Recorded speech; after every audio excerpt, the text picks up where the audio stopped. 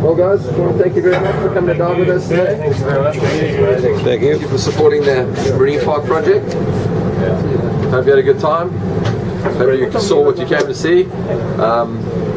When you get ashore, before you go ashore, don't forget your personal belongings.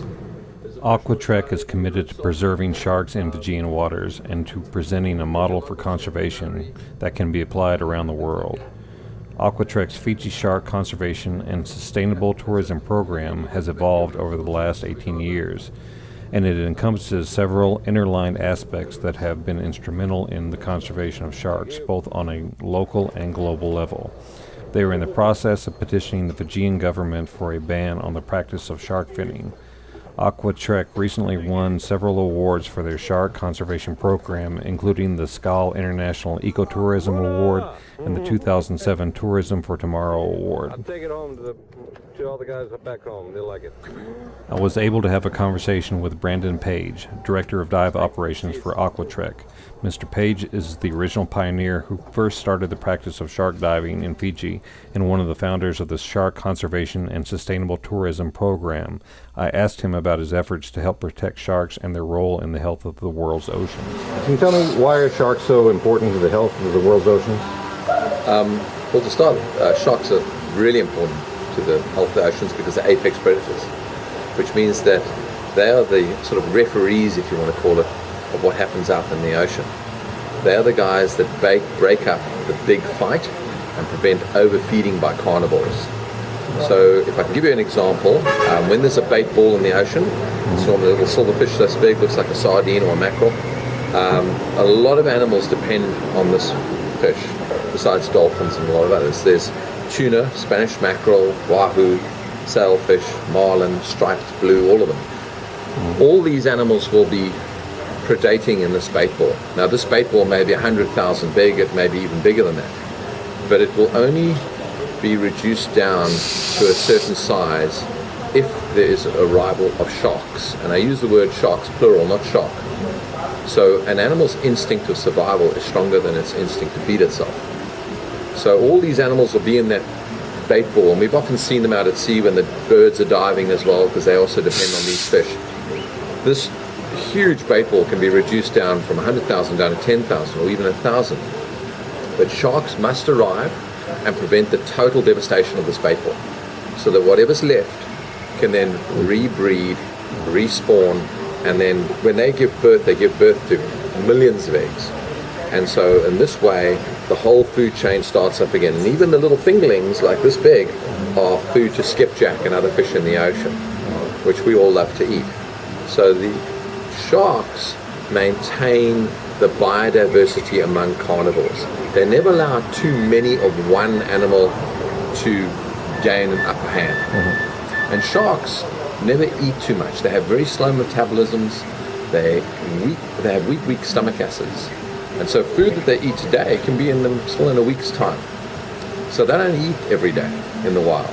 They eat once a week, once every 2 weeks sometimes. After a big feed, they can go for up to 4 weeks like a bull shark without eating again. And we are unfortunately neglecting the importance of sharks in the ocean.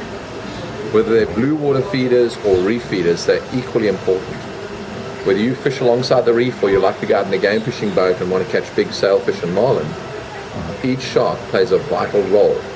They're not only called apex predators, they're also called keystone predators, which means they literally hold the whole pyramid of life out there in the balance of their fins, shall we say. They have hands. So it is so important for us to have sharks out there. But the short-term vision of saying, well, shark fins worth so much now, the fishermen are just turning on the sharks, slicing off the fins. But once the sharks are gone, they're going to find their tuna industry is going to just plummet, because the tuna have been allowed to eat every last fish in the bait ball, and they've gone from one bait ball to the next and done this, because no one else is going to stop them from eating. And tuna eat ferociously every day. They can eat kilos of these guys every day. If you want to know the quantity, you can ask people that run tuna farms. They scoop in tons of bait fish into a pen every day, just to keep these animals growing. How did shark diving begin in Bengal Lagoon? Well, when I came here, I wanted to create a big fish dive. What year was that? In 99. In the beginning of 99, we started, January of 99. And there were lots of tropical reef fish, plenty of those. Lots of beautiful soft coral reefs and hard coral dive sites. But there was nothing over that big. And many of the guests have said, Brandon, can you take us to a dive site? You know, you've got over 30 sites out here where we can see some nice big fish, humphead wrasse, anything. And I had nothing. So we started dumping food in May of 1999, and it took about 3 months, just of when we had no guests, just staff diving with the sharks and the food. And then after 3 months, we took the first diving guests out. Very gingerly they came, I might add. There was very small numbers. No other resort would attend. It was only our guests. Nowadays we have 6 different dive operators that attend the shark dive when we're feeding. Not all on the same day, obviously. Yeah. It takes about 3 months, and we started with very few big sharks. We had a few reef sharks. We had 3 or 4 bulls right at the beginning. But one thing we did was we had tigers right from the beginning. There was just so many tigers around in those days, in 99. We had in the first year about 15 different tigers, second year 16, and then ever since then it's just slowly started to drop away. Last year we only had 3 different tigers visit us throughout the year. Any idea why? Long lining. They are a shark that, although they feed coastally, turtles and what have you, they do travel oceanically. They travel right out through the blue. So they're huge distances to keep such a large animal alive. It's not a small animal. Reef sharks have very small territory. The bigger animals like tigers have huge territories. So they can be 200 nautical miles away in a week's time up in Taviuni, but when they go from here to there, they're swimming through miles and miles of long line territory. Right. Okay. And they're succumbing to it. How does shark diving benefit the Fijian people? Well, when we started it, we wanted it. Yeah. Oh, sorry. It's okay. I'll start over again. So when we started this, we had to ask a village that owned a piece of their reef if we could use a piece of their reef to put this food in. And I wanted to make them the enforcers of a marine park. So they had to A, agree to give me a piece of reef, and B, to protect it. And the only way you're ever going to get the people to do that is with a financial reward. So we started the marine park levy straight away, and every 5 years we've put it up by another $5. And at the same time, that's the same reason that I opened it up to the other dive operators in the area, is that the site can hold 30 divers maximum underwater. Now, if they can get $15 times 30, 4 times a week, that's a really good income for one dive site. That is far more money every month than they ever would have made fishing any of their reefs. That reef they gave us was originally dead, so in no way were we affecting their income from selling fishing licenses or even the fish that they may have caught there. There was just nothing on the reef. And so it was a no-loss scenario for them when they gave me the reef. Some people say that this type of shark diving is dangerous and irresponsible. How did you respond to that? Definitely, I think in the beginning we had absolutely no support from the community, from other tourism operators. And there's still obviously a lot of people that when you go and you say to them, I'm going diving with bull sharks, their initial reaction is that they think you're crazy. Bull sharks still have the highest attack ratio globally. They attack more people every year than tigers or great whites. But that's because they're found in freshwater, warm tropical water, and also temperate water. So they're found in a greater area, so attack ratio will be higher. But we started this dive because we wanted to prove to those people that they're not mindless killing machines. They don't just swim around the ocean indiscriminately biting every living thing. We wanted to show you that with blood and fish oil in the water, that these sharks weren't going to turn on us. In actual fact, bull sharks are very wary. It took them a very long time before they would approach us. I knew this when I started, and I just had to prove it to my staff, and they were very easy to do that with. And then slowly the tourism industry has come around. We now have a lot of support from the tourism operators in our area. We even have good support from Fiji Tourism. And in fact, most hotels up and down the coast will send their guests here quite happily, because after 15 years they've learned that it's a very safe activity to do. Okay. What can people do to help stop the practice of shark finning? It is a supply and demand thing. And unfortunately, the total demand is in Asian countries. China, Hong Kong is probably the biggest offloader of shark fin in the world. It is very difficult because in the third world countries, Indonesia in this part of the world is the largest killer of sharks in this whole region. You're going to find that when you go to a third world country and you offer around a lot of money for whatever reason, you're going to have a lot of followers, a lot of support.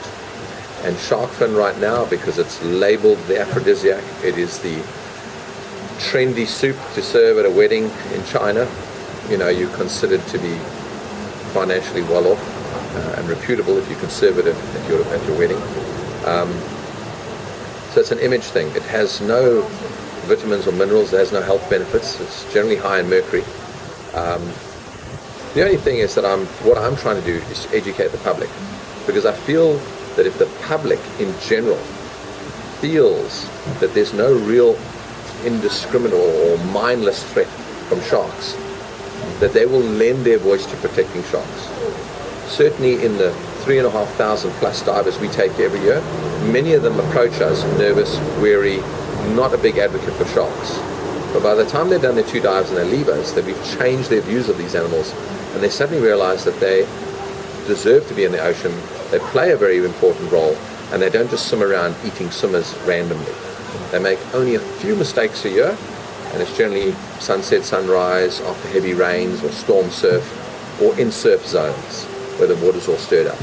So sharks can't clearly identify their prey. And under those circumstances, generally speaking, the few attacks that they have a year doesn't warrant the 100 million that we kill of them every year. So my attitude is to educate the public from all around the world, and then each one of these can go back and become an advocate in their own respective countries, because there are first world countries that don't even protect sharks. You know, I mean, America doesn't do anything. Hawaii has protected sharks, but the rest of America doesn't. Australia has really no legislation in place, and neither does New Zealand to protect sharks. Only great whites are protected, and that's a real shame. One of the things is that a lot of people say, does feeding sharks upset the environment? Does it create an imbalance? Surely by feeding sharks, you're giving them preferential treatment, and now sharks are able to breed, and you know there'll be lots of sharks, and they'll be going to human beings looking for food. There'll be more attacks on divers when there's very few right now. In fact, there's none. So, you know, the way we do this dive is just to prove that. We put blood and fish oil out. We almost literally throw food out into the water column. Fish, everybody gets to eat it. We don't preferentially feed. Only the fish heads are for the sharks. And it's any shark that comes up to us will get fed. We've had marine biologists and marine scientists out, and no one can find any proof of the shark dive causing an imbalance. We don't find that if we go there when we're taking students out and we have no food, that sharks just come up to us. In fact, no food, no sharks. A lot of people say, oh, but yeah, the sharks just hang around the site. You know, we know there's one place where you can rev the engines. You can come to our shark feed, rev engines all day long. That is not a signal or a method by which the sharks know to get fed. All else fails, and it's starving hungry, it will come to Aqua-Trek and have a feed. And they don't gorge themselves. They never come in and go ballistic. There's never a feeding frenzy. It's actually, there's lots of sharks swimming around, a lot of activity. When they come to us, we generally never have seen any aggression towards us. They just come, take the fish head and go. If I don't have any fish heads, the animals are that intelligent, I can just hold my hands up and they can see I have nothing. They'll look and then they swim on. And that's how smart they are. Okay. Anything else you'd like to add? That's it. I just thought I should throw that in. Thank you very much. I appreciate it, sir. Pleasure, man.